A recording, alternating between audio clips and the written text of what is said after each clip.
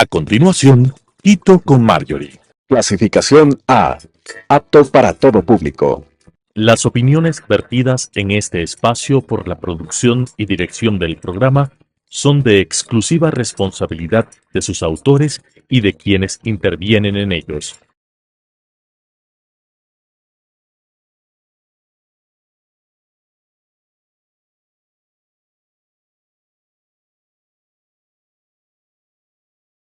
Quito con Marjorie.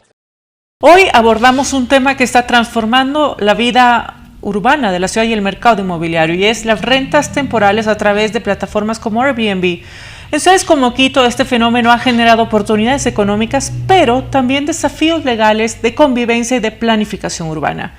Para entender el otro lado de esta discusión, hoy nos acompaña Juan Pablo Arévalo Coronel, abogado con más de 20 años de experiencia en derecho inmobiliario y fundador de Be Property, uno de los pioneros en la profesionalización legal de las rentas de corto plazo en Ecuador. Arévalo lidera el debate sobre la necesidad de una regulación clara, moderna y ética que diferencie entre el uso informal y la gestión responsable de propiedades en estas plataformas. Bienvenidos y bienvenido, Juan Pablo. Marjorie, ¿cómo estás? Muchas gracias por el espacio. Buenas tardes. Gracias a ti. Coméntanos, comencemos definiendo un poquito cómo es este fenómeno de rentas cortas en Quito y también cuál es la verdadera magnitud. Bueno, primero puntualizar el contexto de esto. Hay que entender cómo ha ido evolucionando el mercado de las rentas cortas en la ciudad de Quito. Actualmente existen 3.500 anuncios o 3.500 propiedades listadas en las plataformas de rentas temporales, plataformas como Booking, Airbnb, Expedia, que son las que se dedican a captar huéspedes del extranjero y pues ponerlos en departamentos que están en edificios de vivienda, que ese es prácticamente el mayor de los conflictos. Entonces, ¿pero qué ha pasado? Hace 2 años, en el 2023, había 4.900 de estos anuncios. ¿Por qué se ha disminuido? A pesar de que hay una queja de las personas del sector, porque esto se focaliza en el sector de la Carolina, ¿sí? Estos anuncios se focalizan en el sector de la Carolina. Y a pesar de que las personas han pensado que esto está creciendo, realmente está decreciendo la cantidad de anuncios. ¿Y por qué está decreciendo? Porque el turismo en la ciudad está decreciendo. ¿Y por qué está creciendo el turismo en la ciudad? Pues ya lo vimos del 2024, cortes de luz, temas de seguridad, cosas que bueno, poco a poco se han ido subsanando con las debidas autoridades, pero que a la fecha no tienen una respuesta clara. Y lo más grave es que las embajadas norteamericanas y las embajadas europeas tienen una alerta de viaje hacia el país. Esto es a partir del 2023, de los hechos que ya son conocidos. Eso ha perjudicado gravemente el turismo. Ahora, en el contexto de las plataformas de rentas temporales, pues si bien es un número importante, 3.500 unidades, en Bogotá solo en Bogotá 7.500. Entonces, en toda Colombia 85.000, en todo Ecuador tiene 7.000 unidades. Tampoco es un mercado tan grande como en Quito está la mitad del país. Exactamente, en Quito está concentrado la mitad del país y eso es gracias a que existe una infraestructura, sobre todo en el sector de la Carolina, que beneficia muchísimo a este tipo de inversiones, porque prácticamente quien adquiere estas unidades son inversionistas que compran las unidades con el objetivo de rentabilizarlas en estas plataformas que con una gestión adecuada y profesional se puede conseguir retornos más, digamos, mejores retornos a diferencia de las rentas largas, ¿no es cierto?, de tener un inquilino a largo tiempo. Pero ¿cuál es el desafío de esto? Ya vemos que ha habido una disminución porque hay una disminución del turismo, que mucha gente se ha retirado de esto, pero ¿cuál es el desafío real? Es la convivencia del huésped con las familias en los edificios. ¿Cuáles son los principales malentendidos que hoy en día existen sobre estas plataformas, más allá de la convivencia con los vecinos, pero en el ámbito legal y a nivel urbano? Bueno, en septiembre del 2023 se aprobó el reglamento para estos alojamientos turísticos. Este reglamento está aprobado por el Ministerio de Turismo y pues intenta regularizar, un poco lo que el funcionamiento de estos operadores, considerar los operadores turísticos y que sean beneficiarios de la ley de turismo, pero también que sean ordenados dentro del ámbito de la ciudad. Este reglamento pues dispone que haya un catastro de quiénes hacen esto, de qué departamentos, de qué unidades están en este servicio, que saquen el RU, que tributen impuestos, que paguen la patente municipal, prácticamente lo que hace es transparentar la gestión de los hospedadores. Lastimosamente, la ciudad, no todas las ciudades, todos los GATS según el reglamento están obligados a generar este catastro. Lastimosamente en la ciudad de Quito esto ha sido algo que ha estado pues, desde el 2023 parado, siendo que el reglamento tenía 6 meses, ordenaba 6 meses a los GATS para que se haga y no se ha hecho.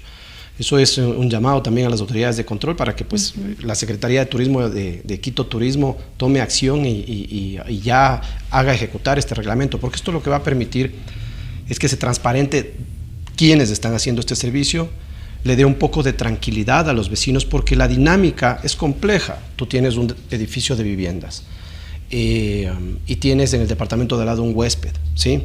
Y lo que te dicen las personas de la residencia o los residentes es que no conocen quién está, pero el reglamento menciona claramente que tú debes tener una base de datos de los 6 últimos meses de quién estás hospedando. Que debes tener normas, procedimientos, controles que mitiguen el impacto de la seguridad en la comunidad. Eso es lo que no se está haciendo, porque se está haciendo de manera muy informal. ¿Y cuáles son los hablamos de los problemas, ¿no? Pero el conflicto es vecinal. El conflicto a la final es entre los que viven ahí. Claro, es el copropietario, el vecino que tiene problemas con estas personas que tienen sus departamentos en este tipo de inversiones, digámoslo así, porque a la final la gente compra por una inversión y lo que hace es rentabilizar su propiedad. Claro, ¿qué problema tienes? Vas a la piscina y te encuentras desconocidos, no son personas de tu comunidad. Vas a las áreas comunes y están de pronto fumando o de pronto consumiendo alcohol, y eso es algo que lastima realmente a la comunidad. Convivencia, ¿verdad? Exactamente. Entonces, ¿qué es lo que piden estas personas? Y con justa razón, es que esta forma de utilizar los bienes sea prohibida.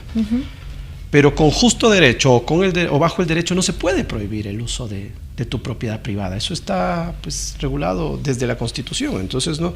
La propiedad privada se puede usar para estos fines, porque al final es vivienda, pero temporal. ¿Sí? Eso es un campo ahí un poco, digamos, hay que aclararlo un poco más. Para esto es la normativa que debe aplicar pues, el municipio, como dice el reglamento, para un poco ir transparentando esto. Pero no puedes prohibir este tipo de sistemas. En el mundo, las plataformas de rentas temporales, solo Airbnb el año pasado produjo $12,000 millones. Entonces, en el mundo, este modelo de negocios, tal como lo hacía Uber hace algunos años y hubo una polémica grande por esto, lo que se debe hacer es, primero, normar, saber quiénes son, hacer que este catastro funcione, que se registren los hospedadores, que los hospedadores se profesionalicen teniendo planes de mitigación. Claro, de eso queríamos hablar. Tú lideras un enfoque que apoya la profesionalización, que profesionaliza también la gestión de estas propiedades. ¿Qué implica, Juan Pablo, hacerlo bien y dentro del marco legal que nos has explicado? Bueno, tenemos ya este reglamento del Ministerio de Turismo que ya nos da las reglas de juego. También tenemos los casos de países cercanos como Colombia, como Perú, inclusive el mismo Estados Unidos, que ya han tratado de implementar normas para prohibir, y lo que ha pasado es que se genera un mercado negro. Lo que consideramos nosotros desde nuestra perspectiva es que se deben, primero, el hospedador debe profesionalizarse, debe conocer tanto el reglamento interno como la normativa externa que regula este tipo de unidad de negocio. La gente que trabaja con el hospedador debe capacitarse en los servicios que da. Servicio al cliente, limpieza, seguridad, procesos, sistemas y usar la tecnología. Y el otro puntal que para mí es importante debe haber una comunicación continua con la comunidad. La comunidad debe saber que su vecino está haciendo este tipo de plataformas, utilizando este tipo de plataformas, quiénes son las personas que se hospedan, ¿sí? Qué áreas pueden usar, y eso es sentarse a la mesa y negociar y conversar. O sea, intentar prohibirlo desde nuestra perspectiva no es lo correcto, pero sí negociar para ver cómo se organiza la comunidad. Ese es el espíritu de la comunidad. Y esta profesionalización, implica, ¿verdad? Hay una diferencia entre el departamento en Airbnb, que y que uno lo trabaja bajo un modelo legal, profesional y transparente, pero también existen los propietarios informales que lo llevan a cabo, y eso cuando surgen los conflictos es cuando se nota. Exactamente. Cuando más se nota. Lamentablemente se genera cuando la competencia no es, mejor dicho, cuando hay una falta de profesionalización, se genera una competencia desleal, mucho más fuerte. Porque muchas personas que se dedican a eso piensan que atacando los precios, cosa que por ejemplo pasa en Colombia, en Bogotá, el caso de Bogotá es extremo, la guerra de precios entre personas que hacen esa actividad causa dos cosas: que el hospedaje tenga un precio muy bajo, entonces para el huésped extranjero destrozas el precio hotelero y de rentas temporales, y que la propiedad reciba un tipo de huésped que te hace reducir la plusvalía del bien en sí. Entonces, eso pasa precisamente cuando no hay una capacitación, cuando no hay un contexto donde haya una profesionalización de las personas que hacen esta actividad. Claro, en la urgencia de recibir fondos, pueden llegar en puntos extremos a alquilarlo por horas, o sea, sí, si no está regulado puede haber grandes problemas. Y en la práctica, ¿cómo se podría entonces controlar estos abusos sin satanizar el modelo de renta temporal? Primero, ejecutando el reglamento, que existe ya, el reglamento del ministerio. Segundo, el hospedador debe capacitarse, debe entender que esto es un negocio, una profesión, como se quiera ver, pero que presta un servicio al cliente, y que ese servicio al cliente, que es el huésped en este caso, califica la gestión. Ahora tú calificas en internet y es prácticamente transparente, entonces al calificar esta gestión se ven las falencias del hospedador. Y lo otro es, naturalmente tienes que convivir con la comunidad, tienes que hablar con la comunidad, tienes que decirle: esto estoy haciendo, de esta manera está funcionando, tienes que informar constantemente a la administración, a los vecinos, a la asamblea de copropietarios, que tu propiedad está en esas condiciones y qué áreas va a usar. Por ejemplo, un enfoque que nosotros usamos es no utilizar áreas donde haya niños, por ejemplo, el salón de juegos de los niños o el salón de guardería. Esas áreas no tiene para qué usar un huésped, así que eso es de la comunidad. Son cosas que llegas a acuerdos con la administración de los edificios. ¿Y qué opinas sobre el control y también sobre la censura que están haciendo varios edificios? También, por otro lado, a veces se trata de imponer. ¿Cómo tenemos que relacionar todo esto, no encontrar un punto de equilibrio entre la propiedad horizontal y la libertad de uso que hablábamos? Lamentablemente, yo creo que la falta de diálogo ha provocado que del un lado se quiera imponer este tipo de actividad y que del otro lado se quiera prohibir este tipo de actividad.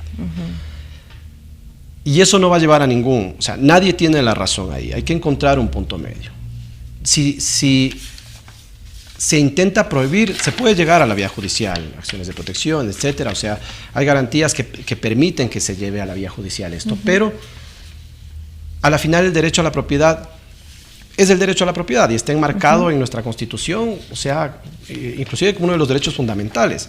Entonces, tratar de prohibir esto, tratar de pelear esto, a la final no va a llegar a nada. Ya hay ejemplos de otros países con más años que experiencia que nosotros, que lo que han hecho es simplemente sentarse a negociar. Bueno, ¿cómo lo vamos a hacer? Pones una ley punitiva como está en Nueva York, que tienes 30 días de renta temporal, es decir, el huésped tiene que quedarse mínimo 30 días, y empieza a aparecer el mercado negro, porque la gente, ¿qué hace con sus propiedades? ¿Qué hace con sus inversiones? Y el huésped sigue hospedándose en el mercado negro, punto. Eso es todo. Y es peor porque ya no tienes ningún contacto con el hospedador.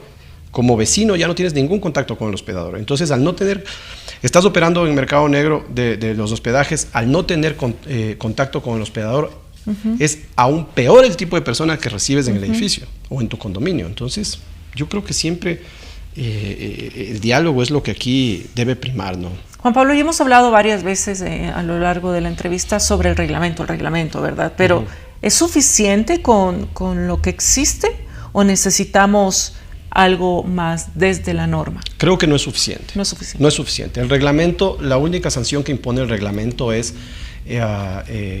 retirar la capacidad de la persona natural o jurídica de poder ejercer la actividad, es decir, retirarte el permiso, la patente o la LUAE.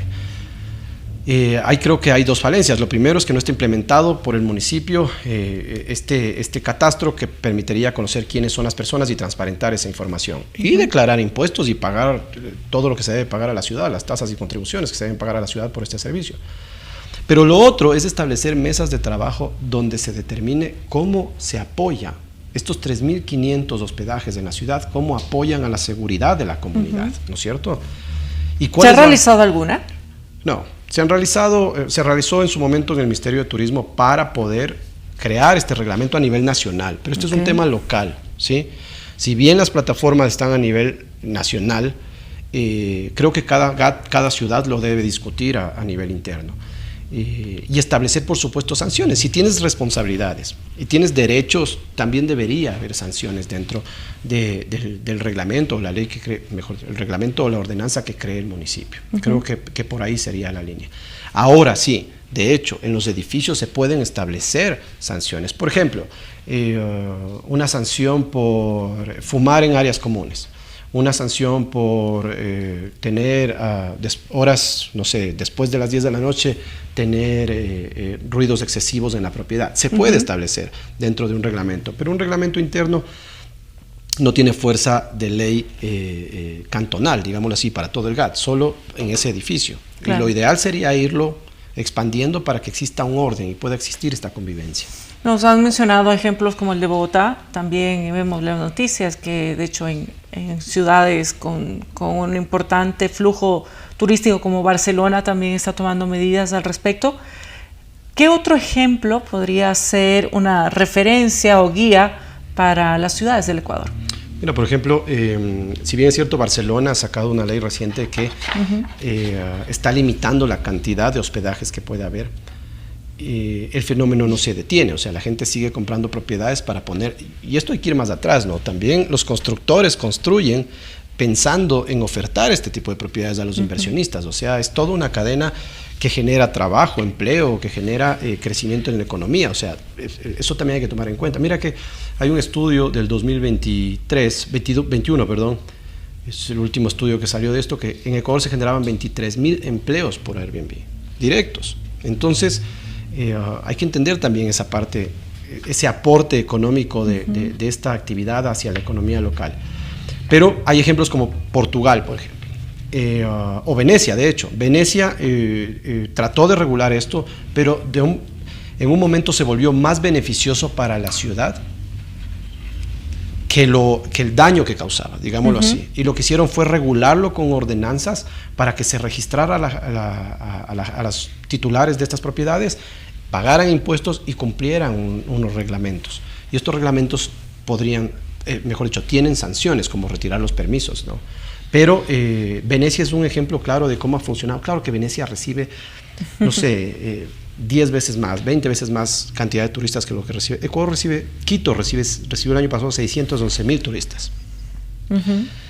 Y Colombia, o Medellín, mejor dicho, recibió 7 millones de turistas el mismo año. Entonces, claro, tiene cifras diferentes. Ahí también podemos ver una política de turismo que no está como muy enfocada a los objetivos que debería tener esta industria, ¿no? ¿Y Quito puede posicionarse como un referente en turismo responsable, protegiendo, digamos, la calidad también del servicio? Y en este contexto, ¿cómo podemos lograr esta armonía y cuál sería su propuesta concreta para una regulación efectiva y un trabajo, como lo mencionabas, permanente de diálogo entre los propietarios y quienes viven en los edificios? Consideramos que, o sea, Quito es una ciudad que tiene muchísimos atractivos. Quito es una ciudad que en el mapa turístico mundial está muy bien posicionada, ¿no es cierto?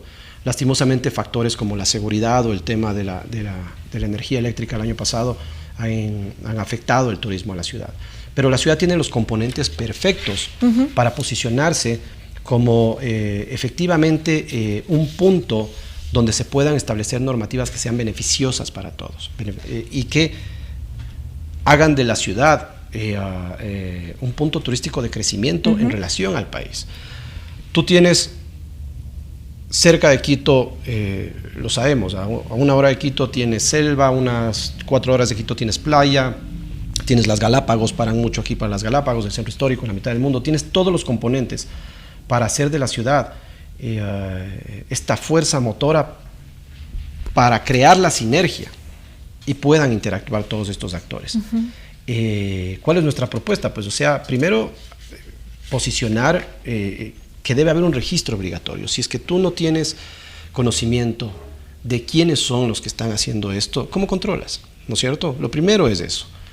Lo segundo es, debe profesionalizarse a los gestores de los hospedajes, debe certificarse. El municipio debería crear una certificación turística para los hospedadores o las compañías o las personas naturales que presten el servicio de hospedaje. Y deben aprobar, porque debe haber unos mínimos, ¿no? Tú estás brindando, o sea, cuando un huésped extranjero se hospeda en tu departamento, tú estás dándole un pedazo de lo que es tu país. Él está llevándose de ti un poco de la calidad humana, un poco del servicio al cliente, un poco de lo que es tu país. Y si tú lo haces mal, él se va con ese, digamos, sin sabor o mal sabor de boca, se va. Y lo que hace es recomendar eso. Si nosotros, o las políticas de la ciudad, lo que hacen es entrenar a estas personas, certificar a estas compañías, para que sean los voceros de la belleza de la ciudad, seguramente esto mejorará. Lo otro es que deben existir protocolos de convivencia en los edificios, ¿no es cierto? Una asamblea de copropietarios es el lugar, creo que... Suele ser difícil. Suele ser difícil, pero es la oportunidad para poder socializar todas las necesidades del edificio. Y ahí deberían crearse estos protocolos que son complicados, sí, no lo voy a negar, pero la capacidad de diálogo siempre debe primar. Estos protocolos donde se establezca qué áreas va a usar el huésped, qué contribución va a hacer la del huésped al edificio, cuáles van a ser las sanciones si incumple las normas del edificio. Eso se puede hacer y eso está en nuestras manos, ¿no es cierto? En las manos de los propietarios. Y por supuesto, de la mano de esto, mecanismos de sanciones que no existen, ¿no? O sea, lastimosamente no existen. Entonces, digamos, ¿vamos por el lado de sancionar un poco a la gente o finalmente podríamos lograrlo sin tener que tomar ese tipo de medidas, ¿no? Bueno. Porque tú mismo has mencionado, ya conversando secularmente, la convivencia en general en los edificios suele ser compleja. Es compleja. Todos tenemos un chat, y no me dejarán equivocarme, ¿no? Los que nos están viendo, un chat del edificio. Y realmente ahí nos damos cuenta un poco de con quién convivimos, en efecto, ¿no? Y la capacidad de diálogo y de llegar a acuerdos que tienen suele ser compleja. Y con estas, con digamos, toda la coyuntura puede ser aún mucho más compleja. Pero en todo caso, pues sabemos que tenemos, Juan Pablo, una solución, una alternativa. Tú nos has hablado muy claramente sobre los protocolos, los controles, la profesionalización en general. De esta actividad, sí. Me gustaría que nos dejes un último mensaje para toda la audiencia de Telesucesos. Y por favor también, si alguien quiere contactarse contigo, que nos comente cómo puede hacerlo. Muchas gracias. El problema no es Airbnb o las plataformas de rentas temporales. El problema es la improvisación. Nosotros creemos que con una gestión profesional las rentas cortas son una oportunidad para aquel inversionista que quiera dedicarse a esto. Y siempre debe primar el diálogo, ¿no? Creo que es la base de la construcción de nuestra sociedad. Muchas gracias, Juan Pablo, por acompañarnos. Gracias a todos por acompañarnos y por ofrecernos una mirada más técnica y propositiva sobre un tema tan complejo como actual. Las rentas temporales no son solo un fenómeno económico, sino un desafío jurídico, social y urbano.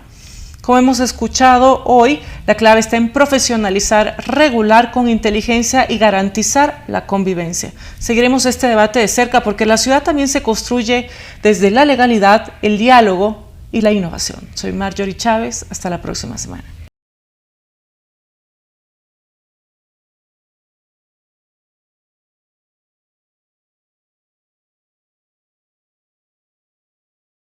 Quito con Marjorie. Las opiniones vertidas en este espacio por la producción y dirección del programa son de exclusiva responsabilidad de sus autores y de quienes intervienen en ellos.